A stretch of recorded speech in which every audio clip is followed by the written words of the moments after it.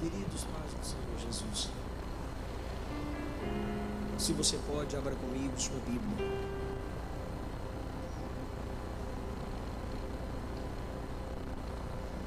Primeira carta de Paulo aos Coríntios,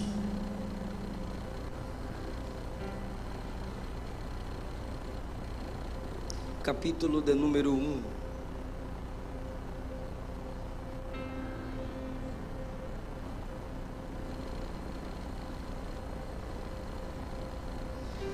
Primeira carta de Paulo aos Coríntios, capítulo de número 1.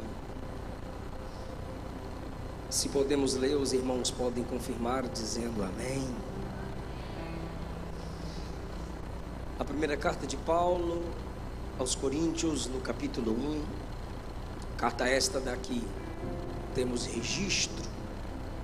A partir do versículo 1 diz assim: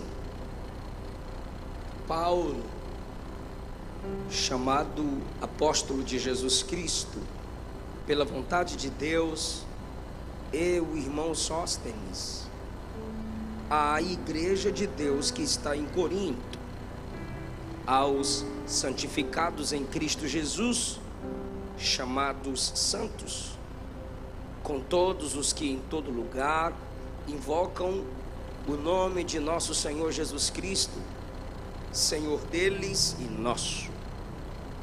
Graça e paz da parte de Deus nosso Pai e do Senhor Jesus Cristo.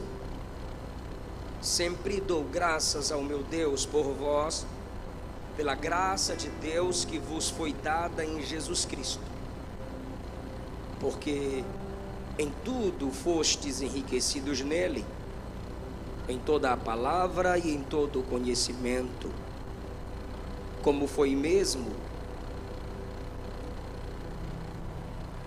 o testemunho de Cristo confirmado entre vós,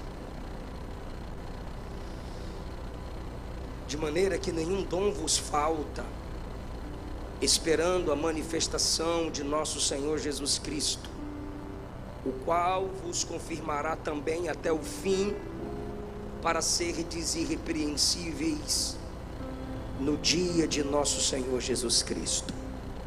Fiel é Deus, pelo qual fostes chamados para a comunhão de seu Filho Jesus Cristo, nosso Senhor. Rogo, irmãos, que pelo nome de Jesus, Senhor nosso, que digais todos uma mesma coisa, e que não haja entre vós dissensão, antes sejais unidos em um mesmo sentido e em um mesmo parecer. Porque a respeito de vós, irmãos, me foi comunicado pelos da família de Cloe que há contendas entre vocês. Quero dizer com isso que cada um de vós diz: eu sou de Paulo, eu de Apolo, e eu de Cefas, e eu de Cristo. Está Cristo dividido? Foi Paulo crucificado por vós? Fostes vós batizados em nome de Paulo? Dou graças a Deus, porque a nenhum de vós batizei, senão a Crispo e a Gaio, para que ninguém diga que fostes batizados em meu nome. Versículo 30 e 31, e a gente encerra. Vós sois dele, ou seja, de Deus, em Jesus Cristo, o qual para nós foi feito por Deus sabedoria, justiça, santificação e redenção, para que, como está escrito, aquele que se gloria, glorie-se no Senhor.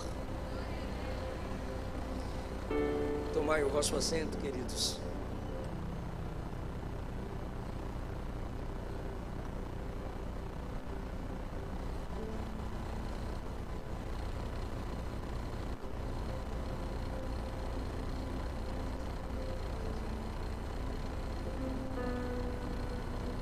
Queridos, é bom estar pela primeira vez com vocês para cultuar a Jesus, agradecer a Jesus pelo centenário que Ele concede à sua igreja nesta cidade.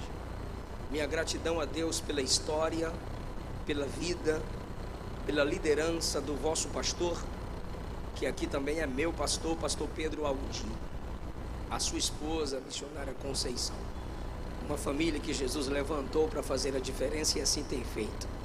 Pastor Spurgeon, meu muito obrigado. Louva a Jesus pela sua família, pela vossa história. Que o Senhor Jesus vos abençoe e vos faça prosperar cada vez mais. Manuel Filho, obrigado pelo carinho de sempre. Pastor Adiel, é bom ser ministrado pela unção de Deus na sua vida. E a minha gratidão a Jesus pela vida da minha esposa, que é um instrumento gracioso de Deus na minha vida. Graças a Deus, estamos felizes por estar com vocês nesta linda festa. Depois da pregação, eu tenho 3 temas disponíveis, viu, Manuel? 3 temas, viu, disponíveis. Eu só trouxe 2. Aqui tem o meu livro intitulado Para Conhecer a Bíblia. Esse livro é um dos últimos que eu lancei, desenvolvendo uma compreensão da Bíblia, livro por livro, em 52 semanas. É interessante saber, em cada livro da Bíblia, quem escreveu, onde escreveu, por que escreveu, sobre quem escreveu. Uma visão panorâmica do texto, do capítulo, do personagem principal daquele livro.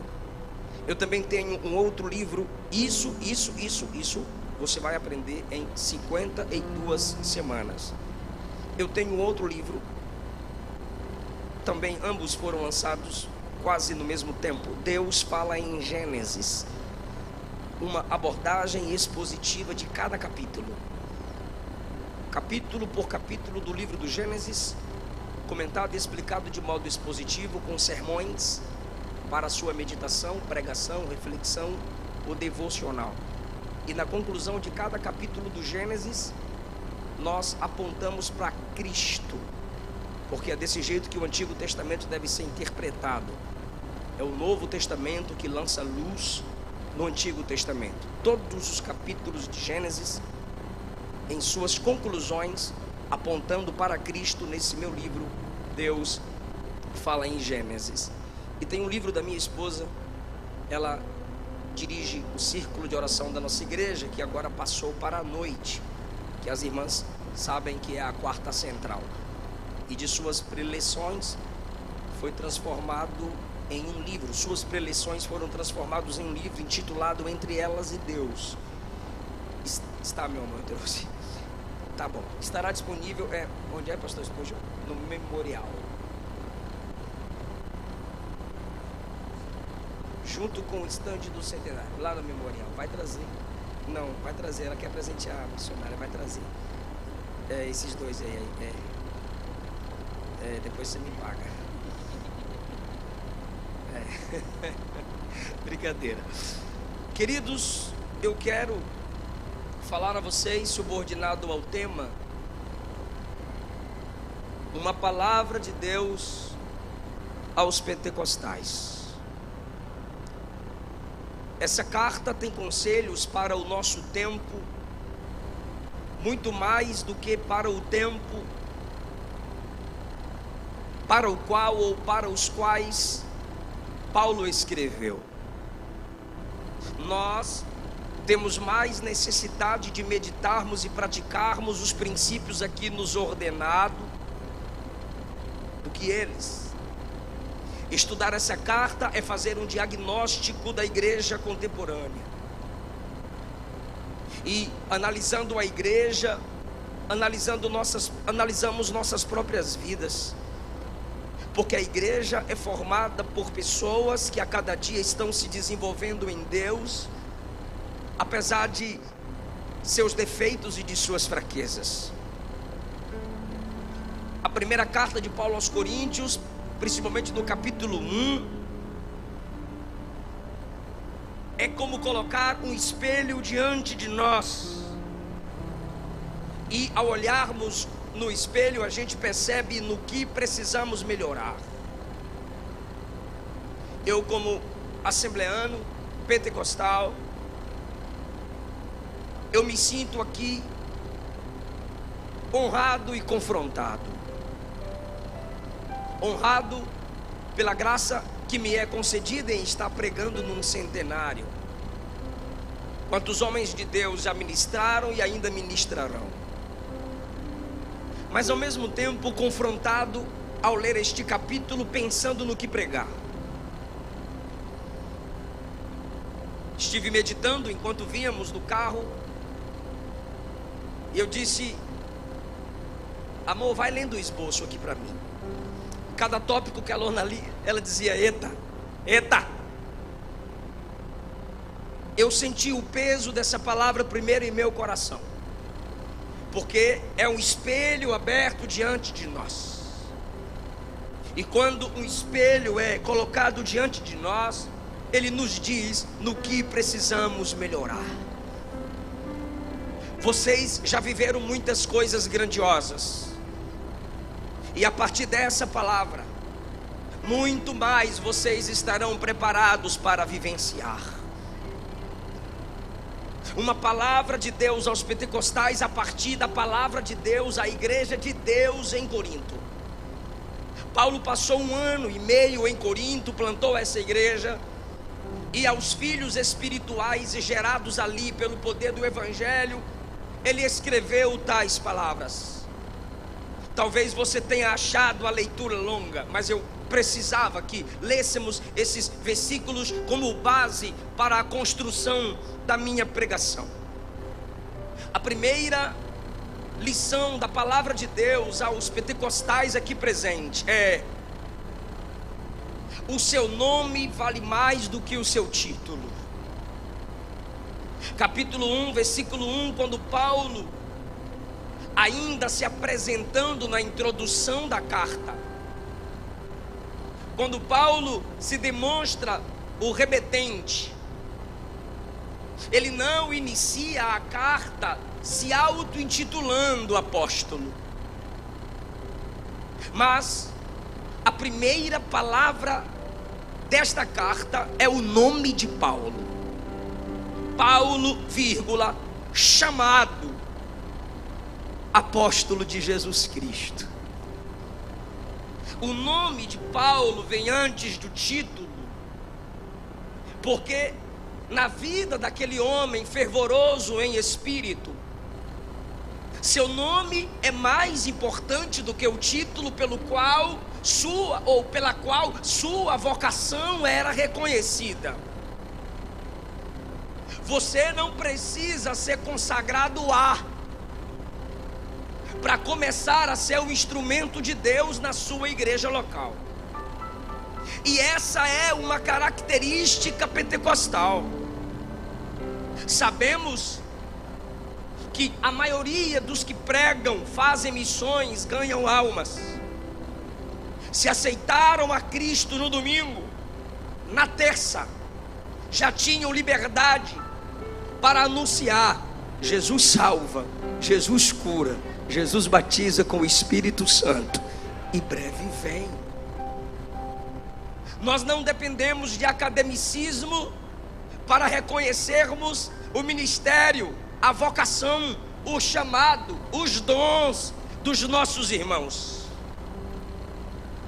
No pentecostalismo, leigos,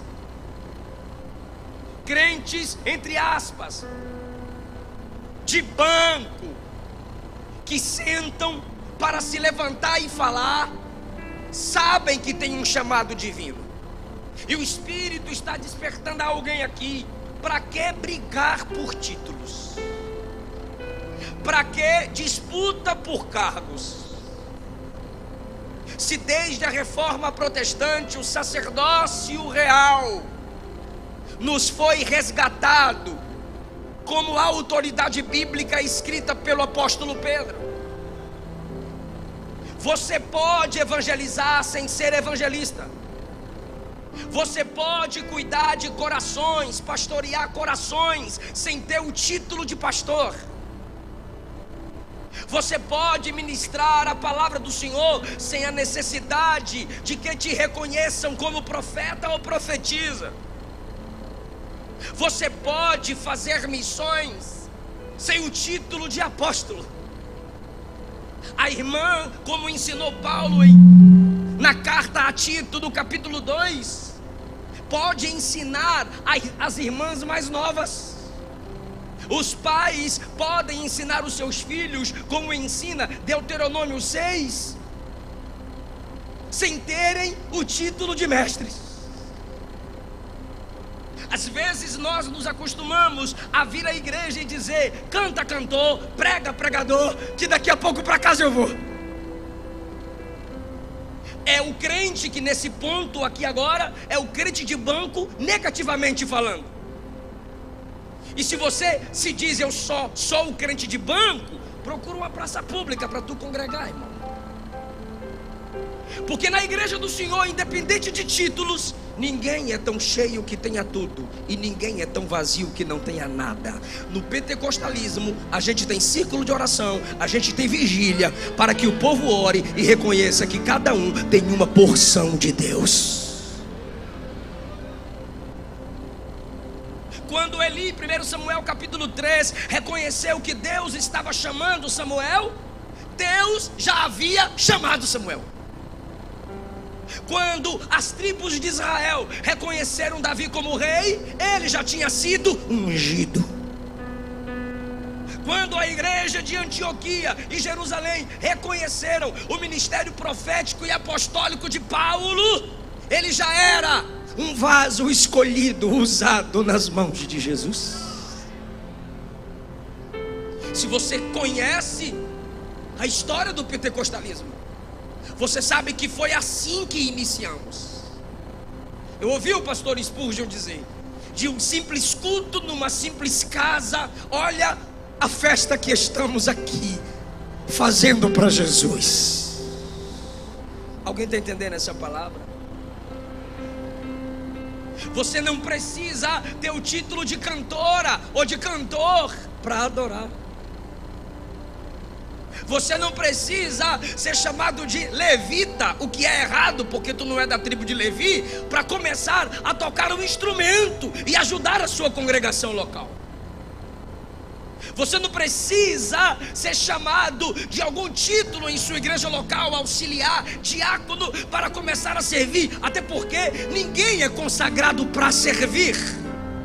Ninguém é reconhecido ministerialmente para trabalhar. Só é reconhecido quem já trabalha.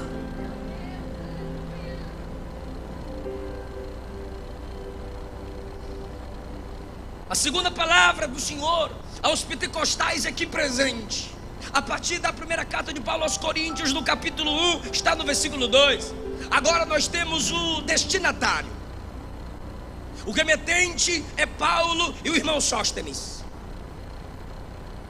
Versículo 2: acraseado, ou seja, é para vocês. Eu estou escrevendo à igreja de Deus que está em Corinto, aos santificados em Cristo. Paulo está falando sobre o duplo endereço da igreja. A igreja de Deus é de Deus e não de Corinto. A Assembleia de Deus é de Deus e não de homens.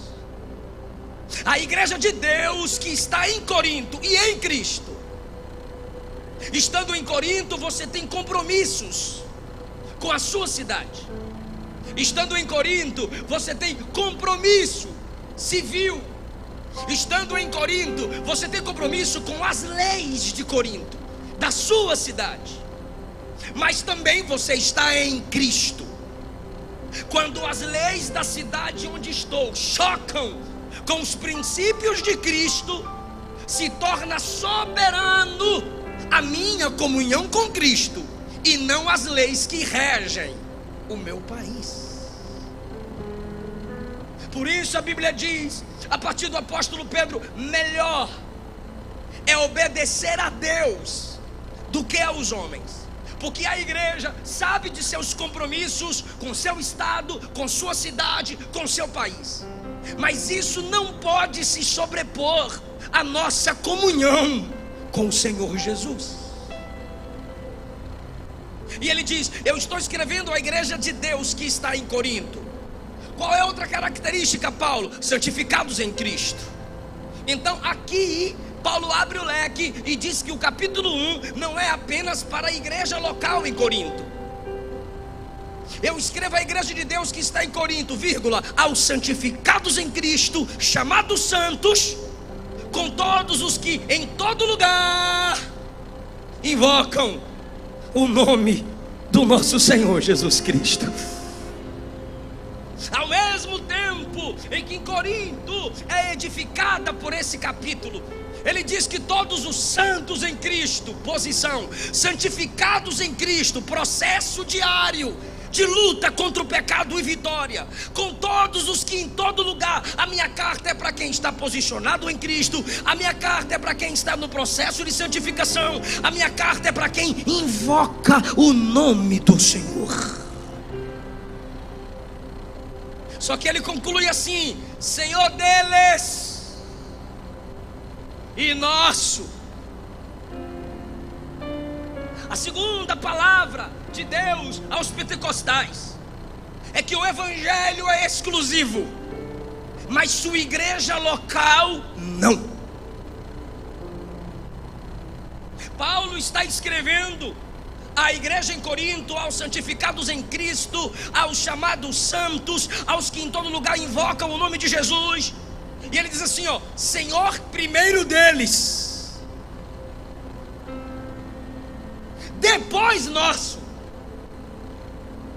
Existem irmãos que não conseguem enxergar o outro e dizer Senhor deles e depois nosso. Existem irmãos que não conseguem ver Deus no outro ou na outra, apenas em seu grupo, apenas na sua igreja, apenas debaixo de sua placa. Os discípulos voltando para Jesus e pedindo que ele permitisse que fogo descesse do céu e destruísse Samaria. É quando a gente passa por aqueles que vivem na prática da imoralidade sexual. Eu já estive dentro de carros de irmãos me levando para casa depois de alguma pregação, e encontram prostitutas na rua ou homossexuais. Abre a mão e o grito não é Jesus te ama. Isso eu vi e vejo minha sogra fazer. Mas o grito é: queima Jesus, manda fogo Jesus. Quando o pecado de Sodoma, que atraiu o juízo de Deus, não foi apenas imoralidade sexual, foi soberba, foi orgulho também. E Jesus disse aos discípulos: de que espírito sois? Na realidade, eles estavam inspirados no espírito de Elias. Faz descer fogo do céu e destrói Samaria. E Jesus diz: eu não vim destruir, eu vim salvar os homens. O evangelho é exclusivo, o evangelho é exclusivo para quem nasceu de novo. O evangelho é exclusivo, o evangelho é exclusivo para quem passa pela porta estreita. O evangelho é exclusivo, para quem se arrependeu de seus pecados e recebeu apenas Cristo Jesus como único Senhor e Salvador. O evangelho é exclusivo. Mas a minha congregação local não pode ser exclusivista.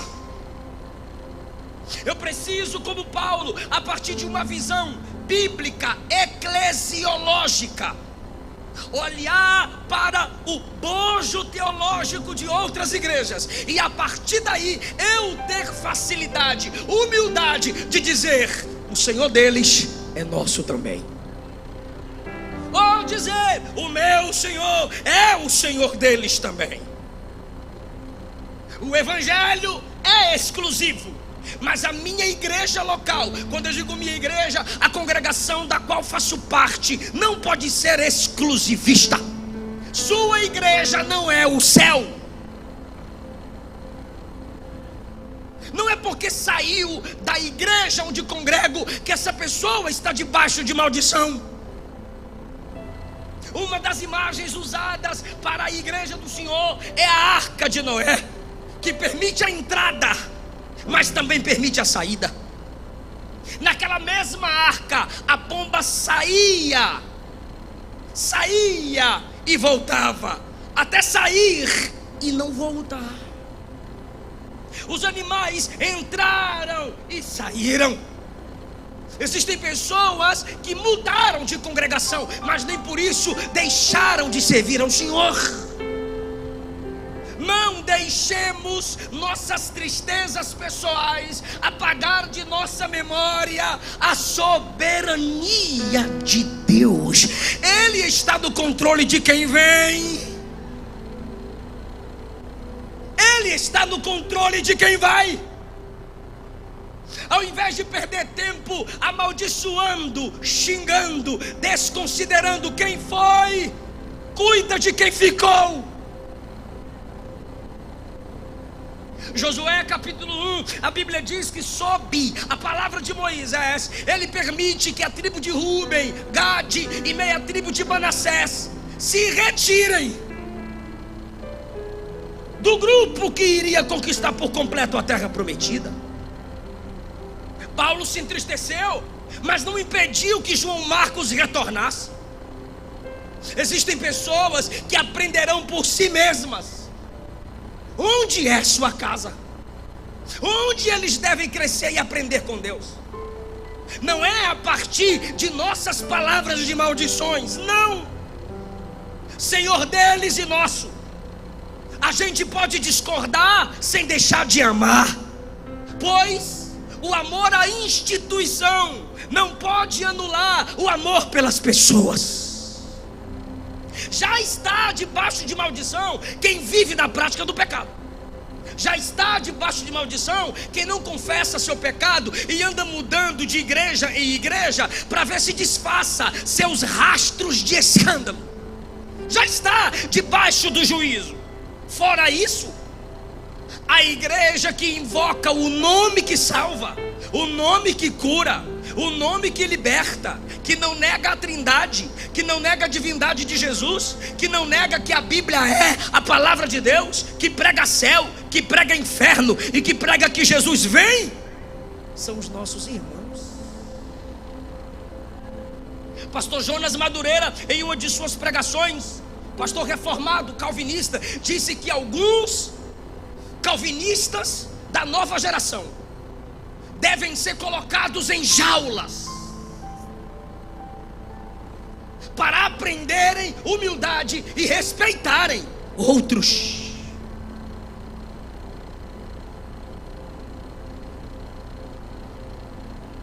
Pastor Arival Dias Casemiro disse, quando lhe perguntaram: a Assembleia de Deus é seita? Ele disse: não. Eles enfatizam a questão dos dons, mas o mesmo Senhor nosso é Senhor deles também. Nenhum de vocês aqui precisam pedir autorização a calvinista ou a reformodinha para dizer que é crente, para dizer que serve a Jesus, porque a mesma graça que os alcançou também nos alcança. O mesmo evangelho que faz Jesus salvar lá, faz Jesus salvar aqui também. Escute, igreja, exclusivismo congregacional é característica de seita. João capítulo 3, versículo 8, Jesus disse: o vento assopra onde quer, ouves a sua voz, mas não sabes de onde vem, nem para onde vai. Assim é todo aquele que é nascido do Espírito. Às vezes o nosso comportamento nega João 3,8. Também Jesus disse no versículo 16, que a gente tanto gosta: porque Deus amou o mundo. Pelo amor de Deus, fala mundo. Porque Deus amou o mundo de tal maneira que deu o seu Filho unigênito, para que todo aquele que nele crer não pereça, mas tenha vida eterna. Quando Jesus, em Lucas capítulo 4, usou o exemplo de Elias e Eliseu fazendo milagres fora da região local de Israel, as pessoas começaram a desprezar Jesus. Porque Jesus deixou claro que ele não se limitaria à nação de Israel, mas que o alcance de sua mensagem chegaria ao mundo inteiro. Que o Espírito Santo nos dê este equilíbrio. Agora, irmãos, será que Paulo diria Senhor deles e nosso de qualquer igreja? Não. Olha o que ele diz: a igreja de Deus que está em Corinto, aos santificados em Cristo, chamados santos, com todos os que em todo lugar invocam o nome de nosso Senhor Jesus Cristo, Senhor deles e nosso. Paulo está dando as características de quem pode ser reconhecido como aqueles que pertencem ao mesmo Cristo que nós pertencemos. Igrejas que colocam profetas no mesmo nível de Jesus. Igrejas que colocam profetisa no mesmo nível de Jesus, ou a interpretação dela no mesmo nível das Escrituras, são igrejas falsas. Igrejas que se gloriam em nome de homens. E Paulo corrige isso no versículo 12. Um grupo no meio de vocês dizem eu sou de Paulo, outro grupo diz eu sou de Apolo, outro grupo diz eu sou de Pedro, e o pior diz eu sou de Cristo. Por que é o pior, pastor? Porque os outros ainda respeitavam o ministério dos outros. Esse que diz que é de Cristo é o tipo de gente que não respeita a autoridade eclesiástica, é o tipo de gente que não respeita o ministério de ninguém. Aí Paulo os corrige no 13. Por acaso Cristo foi dividido em várias partes? É isso mesmo, foi Cristo dividido em várias partes? Será que foi Paulo que morreu crucificado em favor de vocês? Paulo está dizendo, não fui eu, não foi Apolo, não foi Pedro, não foi homem nenhum, por maior que seja o seu nome, que pagou o preço pela salvação de vocês. Então qualquer igreja que coloque nome de homens no mesmo nível ou acima do nome de Jesus é igreja falsa. Dessas igrejas Paulo não diria Senhor deles e nosso. Por quê? Porque ele diz que só há um Senhor. Paulo não olharia para uma igreja que estabelece a senhora e a coloca como divina, como eterna e como aquela que responde orações como Senhor deles e nosso, jamais. Porque Paulo escreveu Filipenses 2 a partir do versículo 9: Deus o exaltou soberanamente e lhe deu o nome que é sobre todo nome, para que diante do nome de Jesus se dobre todo o joelho no céu, na terra e debaixo da terra, e toda língua confesse que Jesus Cristo é o Senhor, para a glória de Deus Pai.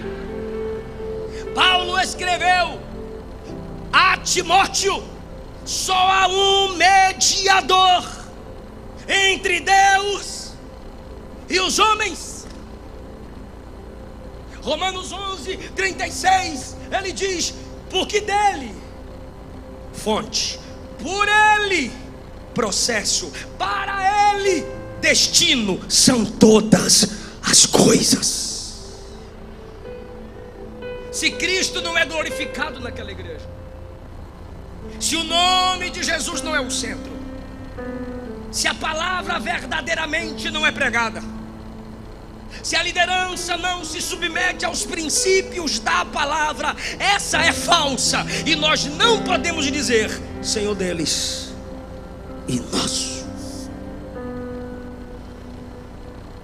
O terceiro ponto da palavra de Deus aos pentecostais que me escutam, e se estão aqui, digam amém,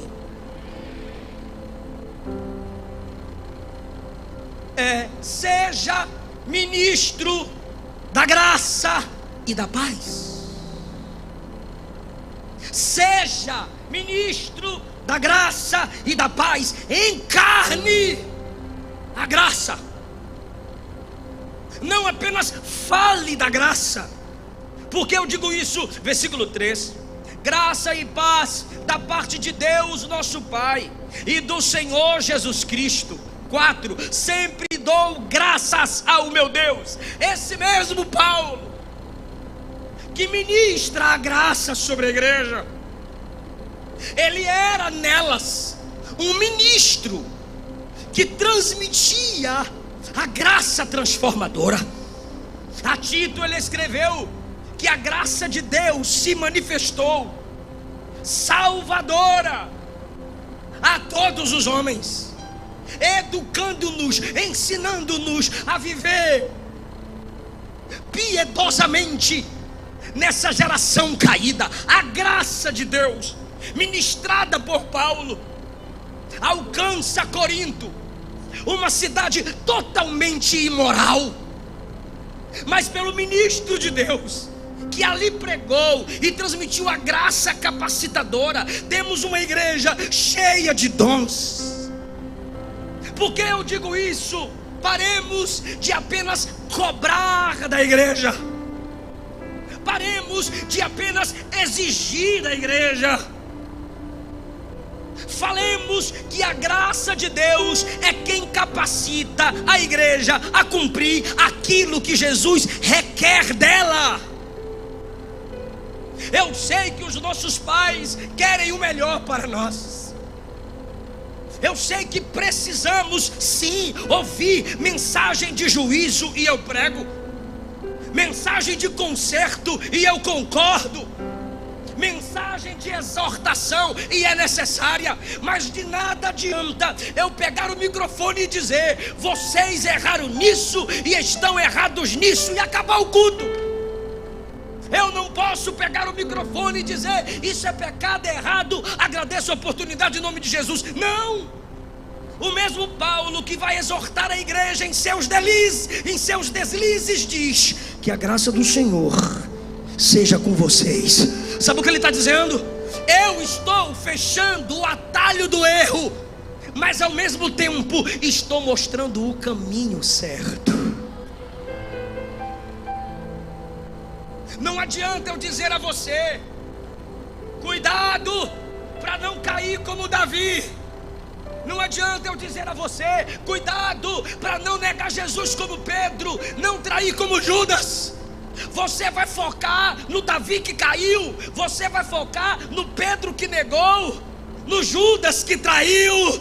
Mas quando a graça entra, quando eu apresento que Deus perdoou Davi, quando eu apresento que Jesus foi até Pedro, quando eu apresento que Jesus chamou Judas de amigo, e a história está registrada para que aprendamos a evitar os mesmos caminhos que ele tomou, eu estou dizendo: você está errando, mas Jesus conserta a sua vida.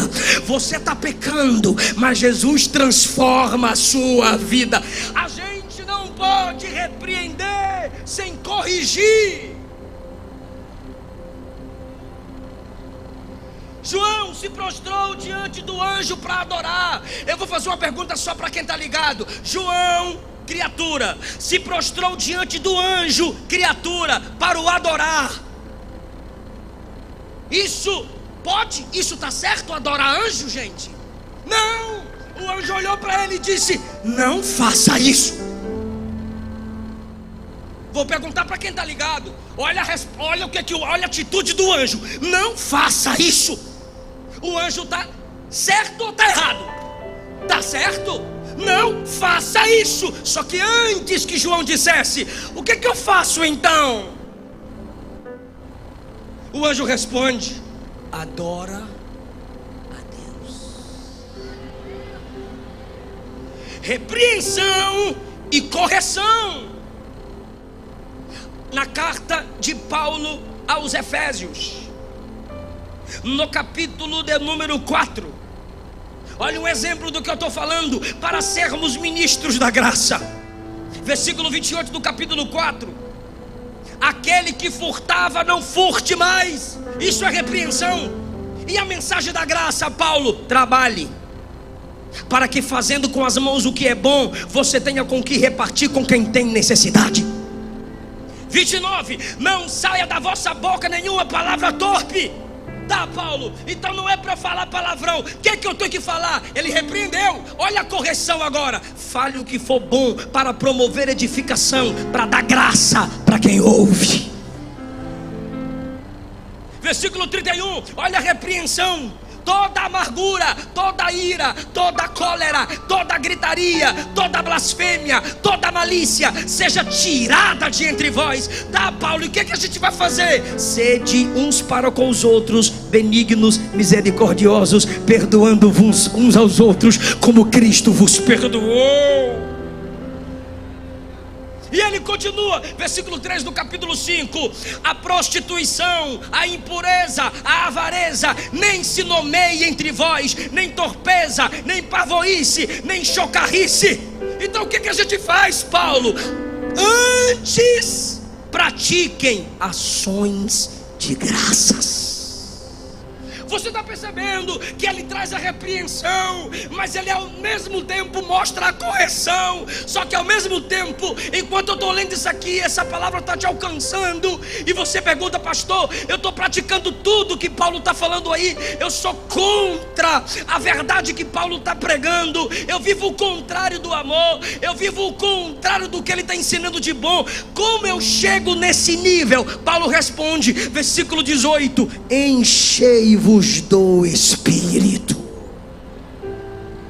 Ou seja, a solução para que nossos defeitos sejam corrigidos é ser cheio do Espírito. Igreja, Assembleia de Deus, pentecostais que me escutam, já completamos o centenário.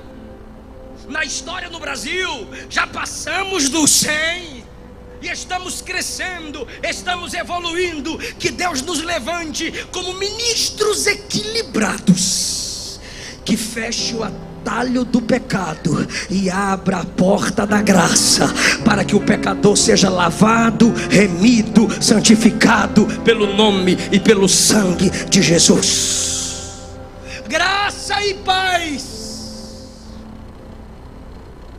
não são os nossos usos e costumes, não é a saia, não é o cabelo, não são os hinos da harpa, não é o namoro santo. Somos conservadores, sim, mas somos salvos não por costumes, não por protocolos, somos salvos pela graça, e a graça santifica nosso caráter, a graça nos ensina a nos comportarmos como santos, a graça nos capacita a vencermos as imoralidades, a graça nos faz nos comportarmos como imitadores de Jesus. Quem pode levantar a mão? Isso, mão estendida, não baixa, mão estendida, diga: me dá graça, Jesus, para que eu seja semelhante a ti.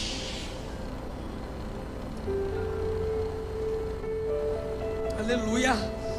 O mesmo Paulo que diz: graça e paz da parte de Deus seja sobre vós, era um instrumento de graça. Ele discute com Barnabé para não andar mais com João Marcos, mas a graça estava trabalhando no próprio Paulo. E suas últimas palavras foram: traz João Marcos, ele é útil para o meu ministério. A graça de Cristo capacitava Paulo a ser quem foi. Minha penúltima palavra aos pentecostais é: fale, mas fale para quem pode mudar. Fale, mas fale para quem pode gerar alguma mudança. Olha o que diz o texto, versículo 10: rogo, irmãos, pelo nome de Jesus, que digais a mesma coisa, que não haja entre vós dissensões, que sejais unidos, que tenhais o mesmo sentido. Paulo está dizendo sobre unidade teológica, Paulo está falando unidade de propósito, Paulo está ensinando sobre unidade cultica. Mas ele vai citar a fonte das informações. Ah, meu Deus do céu, que Deus me livre de chegar a alguém, falar da igreja do Senhor a esse alguém. Que Deus me dê graça para não chegar a tal nível. E se chegar a tal nível, queridos, se chegamos a tais níveis, peçamos perdão a Jesus. Não fala para ninguém.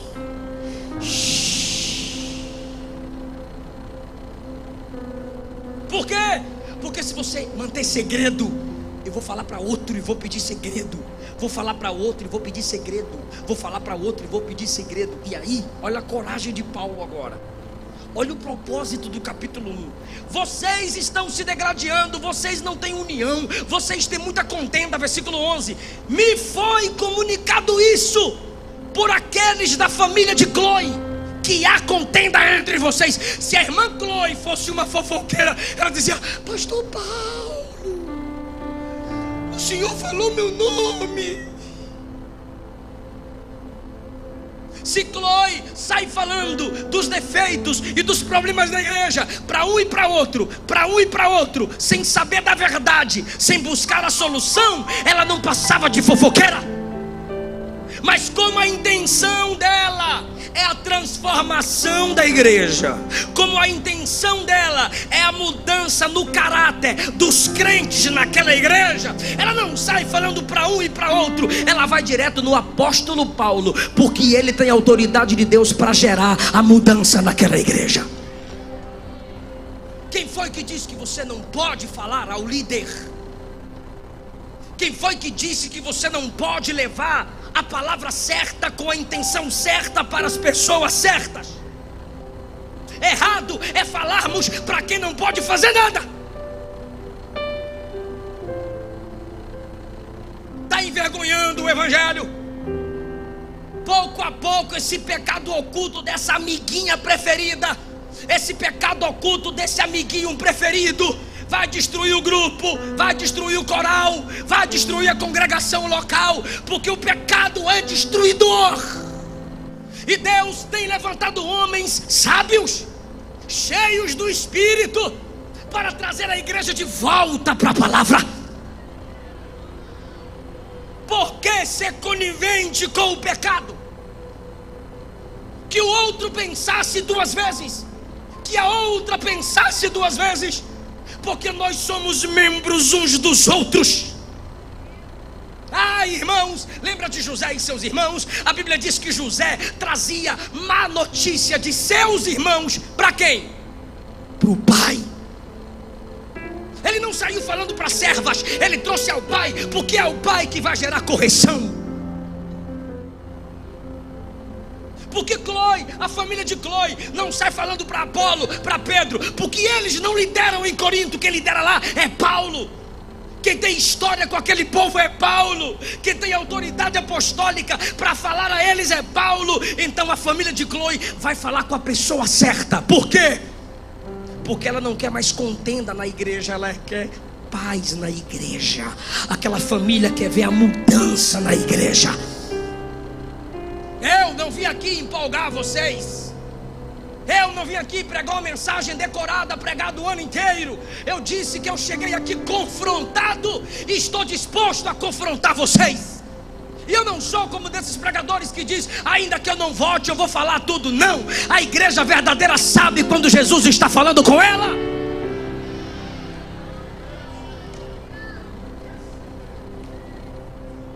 Paulo pergunta à igreja em Corinto: não tem aí homens sábios para vocês levarem vossas questões, ao invés de ficarem brigando na justiça com ímpios, diante de ímpios, buscando em ímpios a solução dos problemas de vocês? Deixa eu fazer uma pergunta só para quem lê Bíblia, para eu ir para o último ponto da nossa mensagem. A igreja em Corinto tinha problemas. Eu acho que eu estou longe ou tu que falou baixo. A igreja em Corinto tinha problemas. Briguentos, soberbos, carnais, desrespeitosos. Mas Paulo era macho. E para as irmãs, Paulo era crente fervoroso. Por quê, pastor? Porque Paulo diz: desisto da igreja. Não diz: tô estou fora do sistema. Não diz. Olha o que ele diz, mesmo sabendo de todos os defeitos da igreja. A carta foi escrita porque alguém levou a ele os defeitos da igreja. Vou repetir, essa carta foi escrita porque trouxeram para ele a notícia dos problemas da igreja. A denúncia foi feita, Paulo aceitou a denúncia. Está preparado para dar um glória lindo? Versículo 4: sempre dou graças ao meu Deus por vós. Eu vou aí. Paulo sabia dos problemas da igreja? Então eu vou ler. Sempre dou graças ao meu Deus por vós.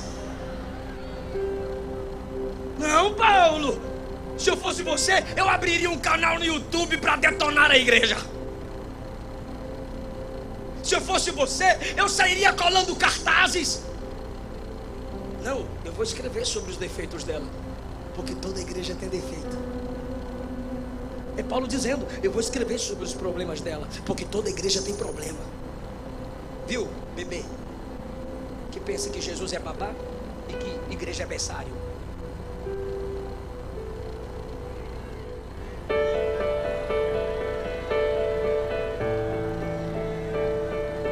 A igreja só não tem menos problemas porque você está congregando nela. Eu tenho certeza que se você vazasse dela, ela teria menos problema. E se você está na igreja só para falar dos problemas dela, você é o pior problema nela. Vaza dela que ela fica melhor sem você. Porque Paulo, que é Paulo, escreve: eu dou graças a Deus por vocês. Tem problema, tem queda, tem escândalo, tem, mas a graça ainda está aí. A graça ainda está aí. Os pentecostais chegaram. Os pentecostais estão entendendo essa palavra. Ainda tem pentecostal que diz: fala Deus, fala papai, fala Jesus. Essa igreja está com problema no ventilador. Essa igreja está com problema no púlpito. Essa igreja está com problema no som. E tu é na língua.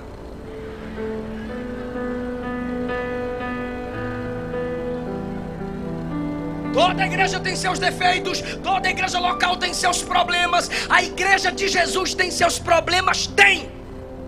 Mas é a única representante legal de Cristo na terra. Pode falar o que for, e se tu não faz parte da igreja, baixa a bola, cala a boca, senta e aprende com a igreja. A verdade foi confiada a ela, mesmo com seus problemas. A igreja é a coluna e o baluarte da verdade. A igreja é. Dou graças a Deus por vós. Sabe o que Paulo está dizendo? Tem defeito aí, tem problema aí, mas aí tem família que ora ainda. Tem obreiro carnal? Tem, mas tem obreiro cheio do Espírito Santo. Tem pregador caído? Tem, mas tem pregador que Jesus está levantando. Tem cantores soberbos? Tem, mas tem verdadeiros adoradores que Jesus está sustentando. Ah, irmão, é por isso que Paulo consegue dar graças.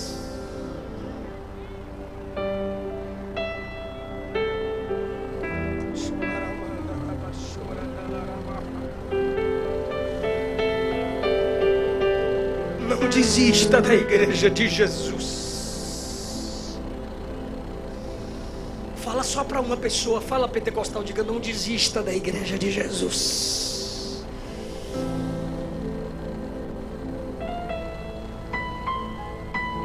Você precisa dela tanto quanto ela precisa de você.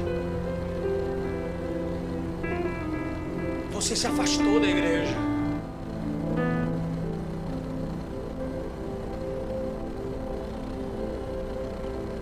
Você está em pecado.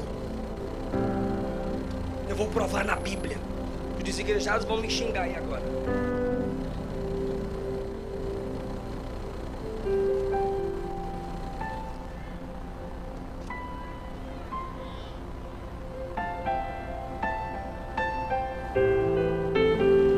Hebreus 10, 25, ordem apostólica: não deixando a nossa congregação como é o costume de alguns, antes, ao invés disso, admoestando-vos uns aos outros, tanto mais quanto vedes que vai se aproximando aquele dia. 26, porque ele está continuando o texto, é só não ter fugido da aula de português. 25, não deixe a congregação de vocês. 26, porque se pecarmos voluntariamente, depois de termos recebido o conhecimento da verdade, já não resta mais sacrifício pelo pecado, mas uma certa expectação horrível de juízo e ardor de fogo que há de devorar os adversários. Você está em pecado e vai para o inferno.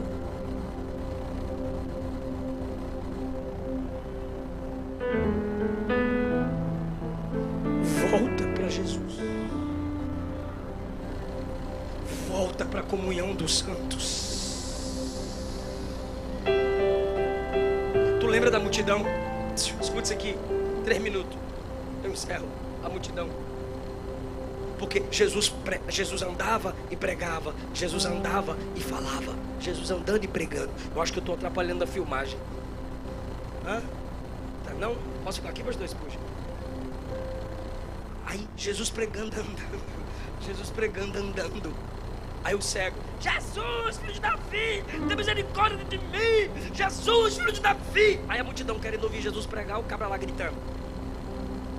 É igual tu, pentecostal, dando glória na igreja dos reformados. Ô, cala a boca aí, eu quero ouvir os 5 pontos aí do sermão.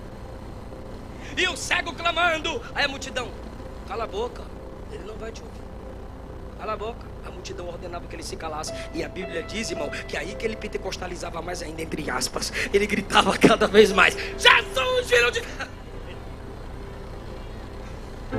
O que a multidão falou para ele? Faz assim, ó: shh, cala-te. Quem mandou o cego se calar? Meu Deus, a gente acabou de falar um negócio junto. Quem mandou o cego se calar? A multidão.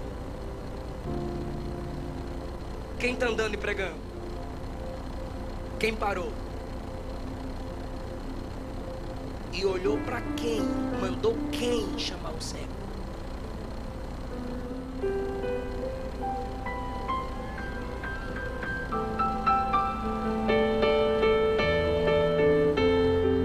Isso não é pentecostalismo, rir, mas não dá glória. Ele olhou para a multidão, parou e disse: traz o cego. Só que a gente dá glória nesse momento falando assim, ó: a multidão humilhou ele. É o triunfalismo em nós, né? Você quer para outra mensagem, tá, pentecostal? A multidão humilhou ele. Agora a multidão que viu na prova e não ajudou vai se arrepender. A multidão agora vai ver o dela. Vai, Jesus, humilha a multidão que está humilhando o ceguinho. Não. Veja por outro ângulo. A mesma multidão que mandou ele se calar voltou e disse: calma, ele está te ouvindo. Ele vai te responder. Eu estou fazendo uma pergunta só para quem está ligado. Isso aqui é só para quem está ligado, é sério. Quem mandou ele se calar? E quem veio dizer a ele que Jesus estava escutando o clamor? A mesma multidão que o feriu.